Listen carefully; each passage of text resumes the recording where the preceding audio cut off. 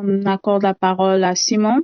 On a lancé la campagne Parlons avortement en marche avec la journée internationale pour la dépénalisation de l'avortement. C'était le 28 septembre avec les jeunes ici à Goma. On était vraiment curieux parce que la question d'avortement est devenue une question tabou, de stigmatisation, alors que l'avortement aussi fait partie parmi les soins médicaux. Et par là, on s'est dit qu'en tant que jeune, en tant qu'activiste, on doit parler sans tabou. On doit parler à haute voix, on doit aussi le voir parler à l'accès, c'est l'accès des soins d'avortement. On sait bien que parmi les réseaux sociaux sont devenus des barrières pour l'accès à l'information. On s'est dit que les canaux c'est l'avortement et les mythes sont partagés. Et l'idée, c'était principalement de partager des bonnes informations sur l'avortement médicalisé, en fait d'anticiper l'opposition et de préparer les fausses informations ainsi que les rumeurs qui circulent sur les réseaux sociaux. Et on a reçu plus de 100 jeunes ambassadeurs qui se sont disponibilisés pour parler de l'avortement sans tabou, parler de soins d'avortement, parler aussi du protocole de Maputo que notre pays a ratifié depuis 2018.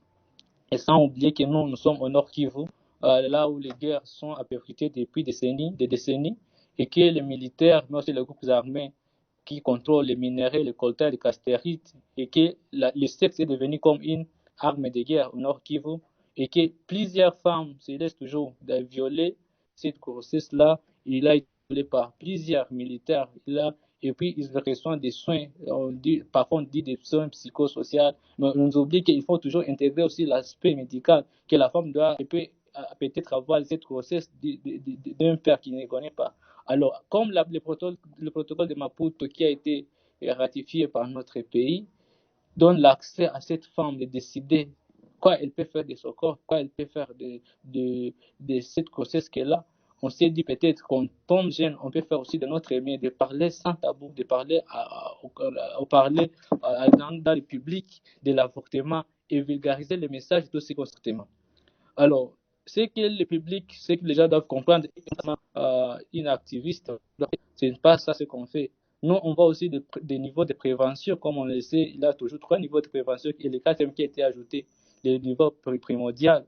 On enseigne dès le bas âge aux enfants, qu'est-ce qu'ils peuvent faire. Les enfants avoir l'amour.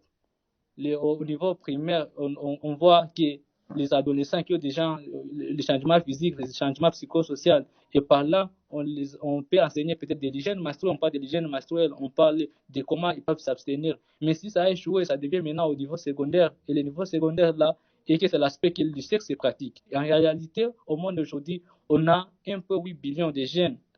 Et les jeunes là ont une difficulté à avoir des accès de santé sexuelle et reproductive. Et en RDC, c'est 65% dire que l'abstinence a échoué. Dans la religion, dans la communauté, et c'est devenu même des problèmes que même les parents ne parlent pas de la sexualité chez les enfants. Et on sait que dans le niveau secondaire, si on peut peut-être parler comment faire avoir un sexe responsable, apporter le conseil, l'éducation complète de sexualité, apporter les informations sur les préservatifs, sur les méthodes contraceptives pour lutter contre les grossesses non désirées. Ça peut faire quelque chose, mais jusque-là, on ne voit pas parce que les avortements continuent toujours à se faire dans la communauté et ça se fait par les jeunes, les religieux ou autres personnes. Et on intervient au niveau maintenant tertiaire, parler de ce que dit le protocole de Maputo. Quand est-ce qu'une femme peut recourir au sujet d'avortement? C'est malheureux que le gouvernement ou bien plusieurs prestataires de santé pensent seulement aux soins après avortement, alors qu'il fallait de l'accès. La connexion est très médiocre aujourd'hui. On peut bien qu'on peut faire bien si une fois le gouvernement harmonise le code pénal du pays avec le protocole de Maputo en vue d'établir la légalité claire et constante de l'avortement et de mettre en place le mécanisme qui assurera qu'il y a des femmes légalement autorisées à se faire avorter et aient accès aux services complets. Merci beaucoup.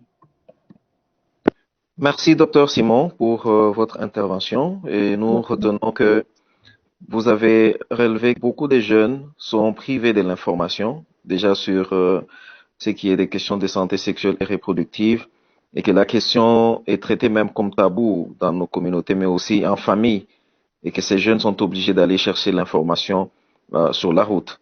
et la famille leur prive l'information, soit disant que si on la leur donne, ça va les pousser à facilement aller commencer le sexe, alors que ça va juste leur donner les moyens de pouvoir avoir des rapports sexuels qui sont responsables, mais aussi qui sont faits en ayant toute l'information correcte, en prenant toutes les dispositions pour éviter voilà tout ce qui peut y avoir comme conséquence après.